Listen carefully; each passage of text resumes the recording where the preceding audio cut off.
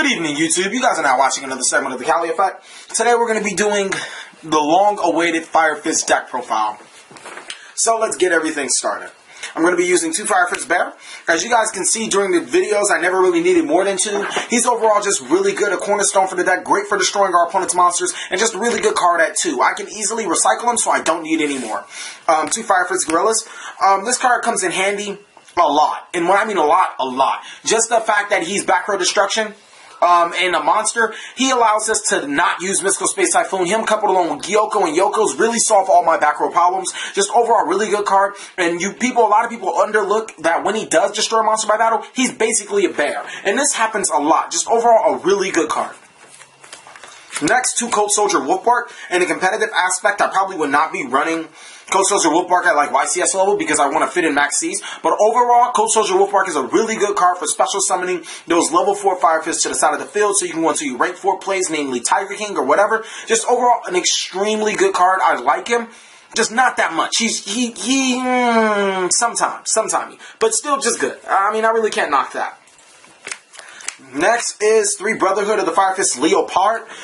These straddles of the deck for searching your fire formations. Really good for getting off of any of your combos. Normally, he goes right into a 10-2 to bring out the extra Fire Fist monsters that you need, giving you a fire formation to use with your Fire Fist monsters effects, or giving you that extra 100 attack point. Just sets up so many combos in the deck. Just a really good card and a must-have and first turn.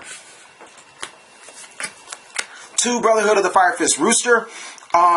Another recruiter of our deck gets rid of dead fire formations to replace them with new fire formations. When you special summon, you get to add a Fire Fist.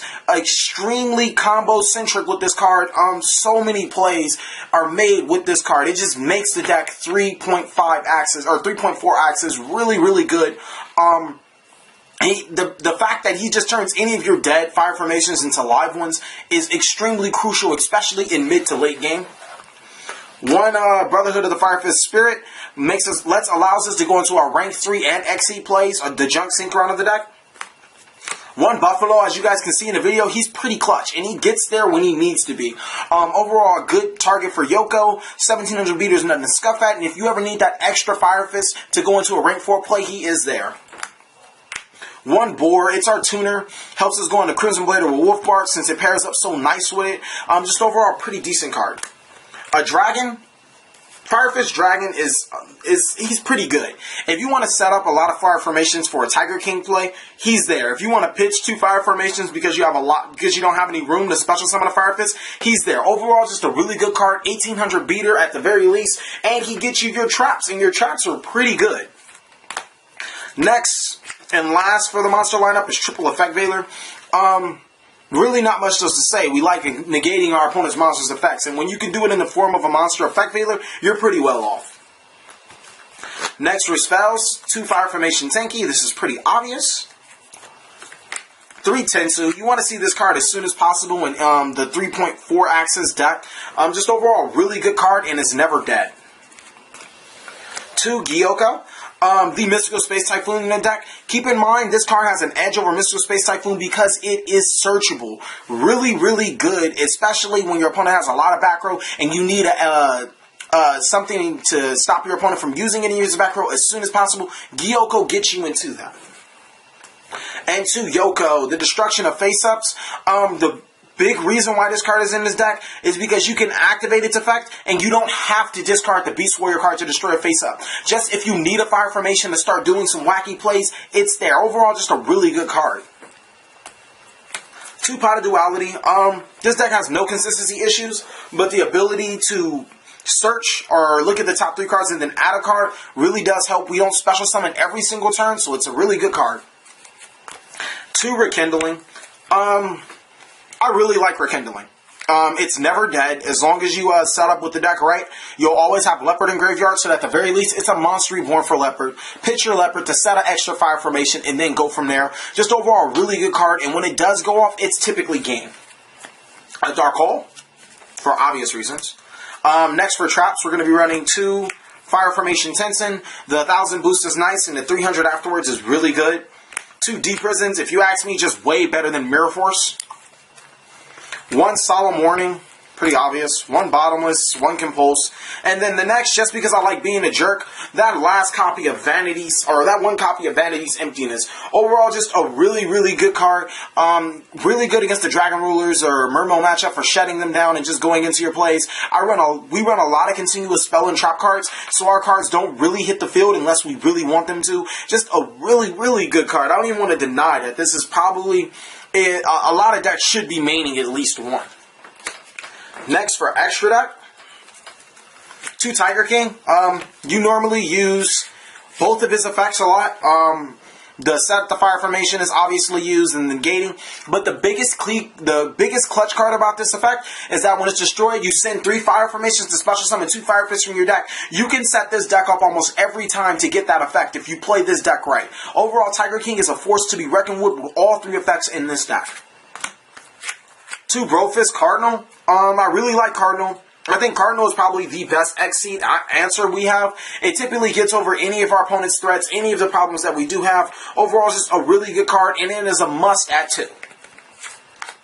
1 Diamond Direwolf, 1 Black Ship of Corn, 1 Gaga Cowboy, 1 Abyss Dweller, 1 Leviair. You never, there was a time when I was running Blaster in this deck, and Leviair plays would kind of help, but now it's a little different. Even though we really don't banish, stuff does get banished overall with Bottomless, and Leviair, it's just nice to have.